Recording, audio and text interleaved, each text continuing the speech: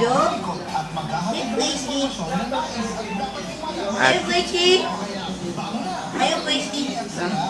Dito, ay, Flaky. Para ano, may documentation kayong dalawa. Ayaw, Flaky. Na. Yeah, last hour na po ng CKN1. Good morning, good morning, good morning sa ating lahat. Siyempre kasama ko pa rin po ang aking mahal na partner, DJ CK. Para naman aalis ako, lagi mo na naka-continue pure para kasama ko pa rin. Siyempre, alas 9 tayo dito, partner. Hindi kita iiwan. Ganun kita kamahal. Sigurado ka, ha? Oo. Baka mamaya, iwanan mo din ako. Hindi. Hindi ako mahilig at mag-iwan ng tao. Thank you.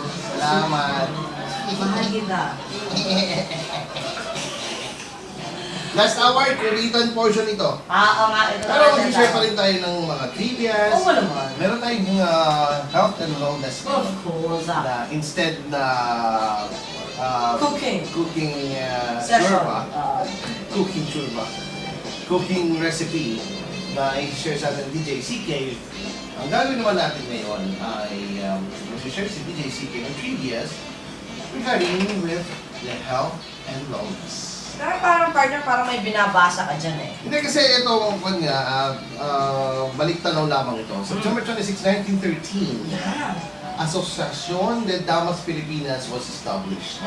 On September 26, 1913, partner, Asociación de Damas Filipinas, a charitable organization of Filipino women, particularly wives of members of the Philippine Colombian, was established and became an independent body in 1919. Wow. Located in the partner sa Paco, Manila, the association extends temporary shelter as well as foster services to disadvantaged children who are either neglected or abandoned or orphaned at an early age. Okay?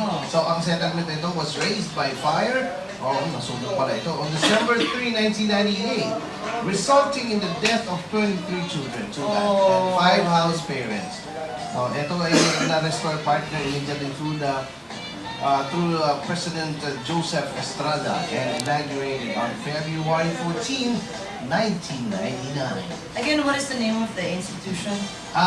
Asociación de Damas Filipinas. Ito ba yung malapit sa may Malacanang? Damas. Sa may Paco, Manila. Paco, Manila. Oo. Ayun, nakarating na ako dyan. Ayan. So, matagal na rin pala ito, no? September 26, 1913. Every day na po, mag-aatid po kami sa inyo ng Philippine historical events. Kung ano man po mga nangyayari ng nakaraang panahon sa kasaysayan ng ating mahal na bansang Pilipinas. Ay, ganda yan. Okay. O yan nga po ha, sa ating mga listeners out there, would like to say nga pala kay hi to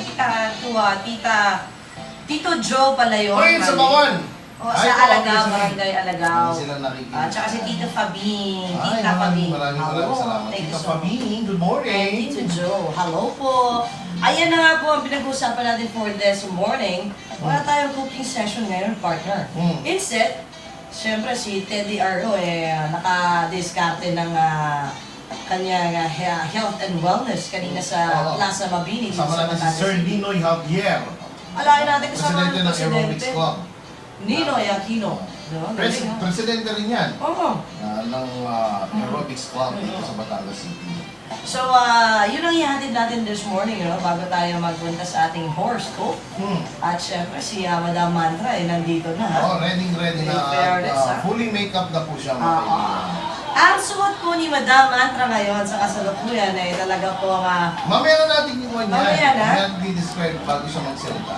para sana din na nai-imagine ng tao eh. Pero isa lang po ang masasabi ko sa inyo, si Madam Mantra po ngayon ang lashes niya is mga 12 inches.